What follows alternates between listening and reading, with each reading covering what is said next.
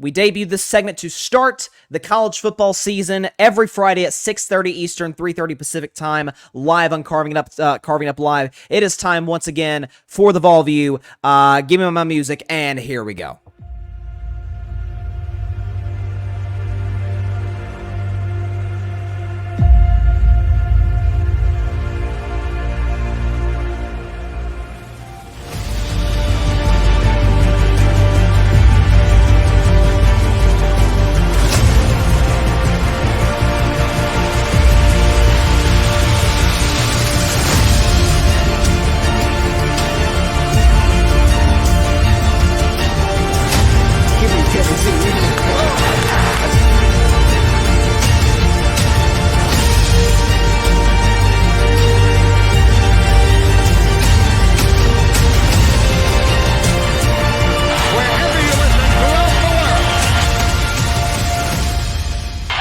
Football time in Tennessee.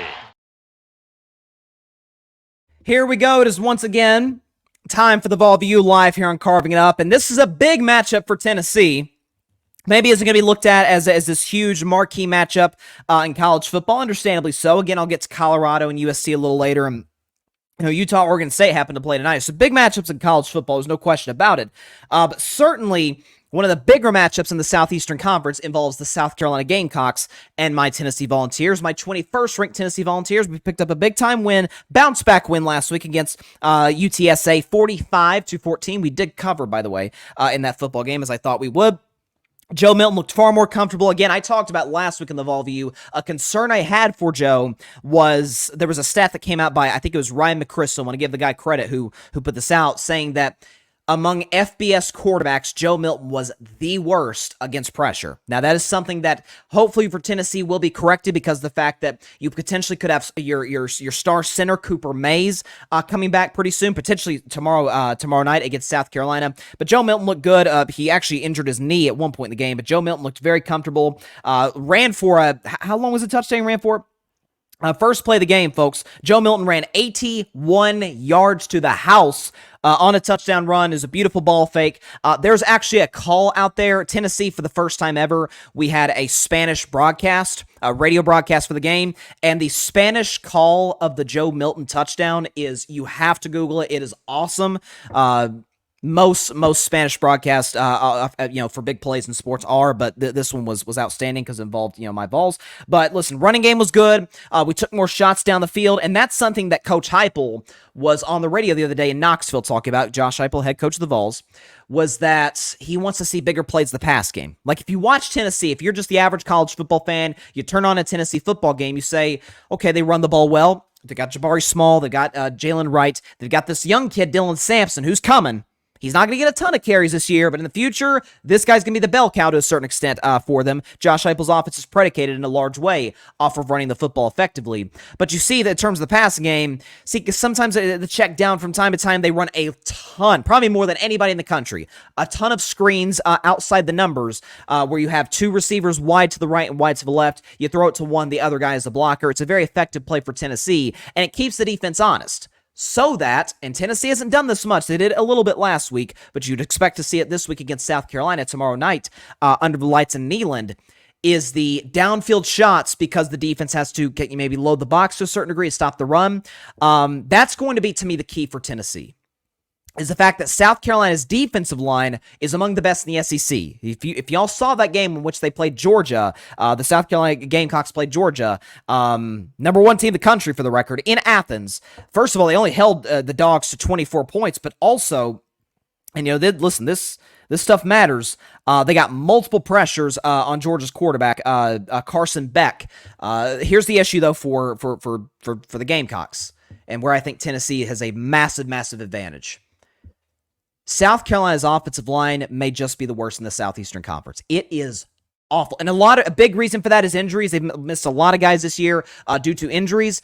Tennessee's defensive lines, on the other hand, is among the best. They get to the quarterback. If Tennessee, defensively, the game plan is if they can get pressure with 4 consistently on Spencer Rattler, great position to win this football game. Because, and listen, this is why I remember where I was last year, and certainly, doing the show the Monday after this happened, when my Vols were 9-1. Only loss was to Georgia on the road. There's no shame in that. A lot of people lose to Georgia, okay?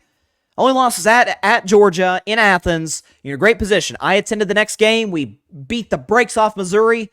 Hendon Hooker's last game is of all in Neyland. And the next week, you got unranked little old South Carolina, who can't score offensively, who can't generate anything in the passing game. And all the Gamecocks did was drop 60 on our heads. Kind of pull like a mini Miami Dolphins to a certain extent.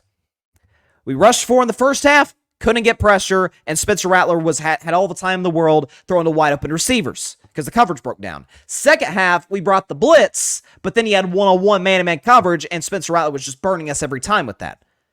And Spencer Rattler's a guy, for you Oklahoma fans out there, I think my guy Parnell here at the Grid Network, if I'm not mistaken, I think Parnell's an Oklahoma fan, so he remembers as much as anybody, Spencer Rattler was the guy at the University of Oklahoma Sooners, right? He's the guy, I remember there's a point in time in which he was the Heisman favorite under Lincoln Riley, and then you remember that game, the Red River rivalry, one of the biggest rivalries in college football, Oklahoma-Texas in the Cotton Bowl.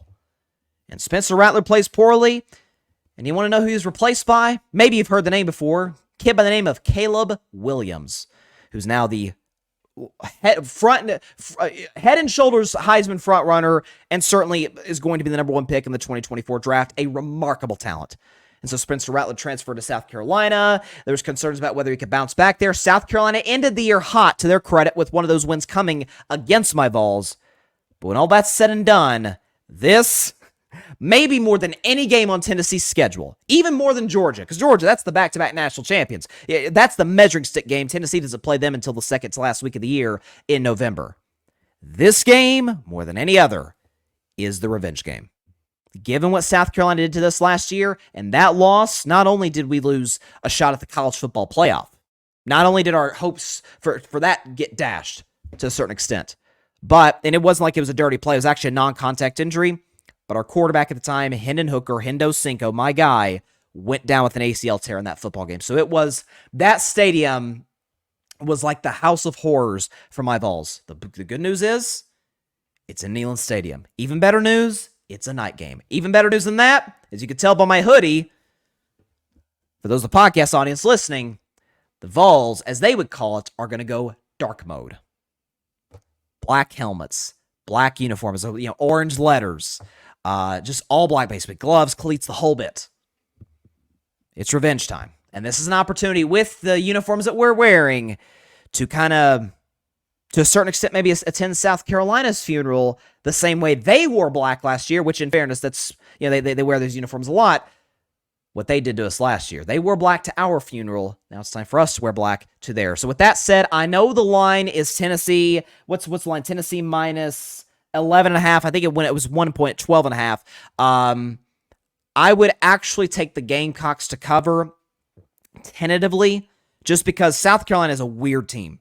When they're at their best, again, they did score 60 on my Vols last year. They held the Georgia Bulldogs, the back-to-back defending champs, to a field goal in the first half in Athens, and even in the second half, albeit it was a rainstorm. In the second half, Georgia was good offensively, not special. So South Carolina at their peaks, they're a problem, and that defensive line especially is a problem. They produce a lot of NFL defensive linemen there, most notably Jadeveon Clowney. When it's all said and done, I think Bazooka Joe, as we call him in Tennessee, outduels Spencer Rattler. Give me my Vols to win this game 38-28 in somewhat of a high-scoring affair. 38-28, my Vols win over the South Carolina Gamecocks. We get revenge from last year, and we put ourselves in a position where, again, we're 21st ranked in the country now as we sit here today, but a position to potentially maybe get a little higher. Again, there's some teams above us. Oregon State, I think they're going to lose tonight to Utah. I love Utah. So we jump Oregon State potentially, Some teams above us that could lose as well. So needless to say, I feel pretty good about my Vols tomorrow against South Carolina. Going to be very fun. Going to be a very, very fun matchup, no question about it. And let me tell you something, y'all. If you've never watched, if there's any chance you never even watched or may have never paid attention to a Vol game on television, I implore you, at 7:30 Eastern, or wherever you're at in the country, but 7:30 Eastern here on the East Coast, tune into the SEC Network at 7:30 Eastern on the dot, maybe a little bit before, maybe 7:20, 7:28, and tune in and just listen. Just turn your volume up and listen to that stadium. As the late great John Ward, God rest his soul, the former voice of the Vols, heck, the all-time voice of the Vols. He would say, as the T opened in Knoxville at Neyland Stadium, because the Vols run through a T, the power T. And they come out of their locker room, and they show, like they show on the Jumbotron, they show the team about to run through the T, and slowly the UT band, probably the Southland Marching Band, begins to open. And as John Moore would say, and the crowd begins to roar and roar and roar. It just gets louder, and the anticipation builds. If you've never seen it before, first of all, to experience it in person is goosebumps. But if you can experience it on television, just turn away from the game you're watching just for a moment. Even if you're not even going to watch the game, which I certainly hope you do. But even if you don't, just turn on the television and just experience that. It is unlike anything that you'll see, not just in college football or even in college sports, but in sports as a whole. Once again, put the final score up. Give me my Tennessee Vols over the South Carolina Gamecocks. We get revenge this year, folks. 38-28. We don't cover the spread because this is a rivalry game. These games tend to be fun in the SEC, so I'm gonna take South Carolina the points, but give me the Vols to win outright by double digits, 38-20. I think our offense is starting to maybe catch a little bit of a rhythm. Not fire, not the same fire we had last year where we were basically unstoppable, out here dropping 50 on a Nick Saban coach defense. But certainly, starting to gain more. Joe Milton seems to be more comfortable. We're getting healthier on the offensive line. Thanks so much for watching the show on YouTube, and be sure to go click that big red subscribe button and check out the other clips and full shows from Carving It Up Live, as well as our other incredible content creators here on the Grid Network.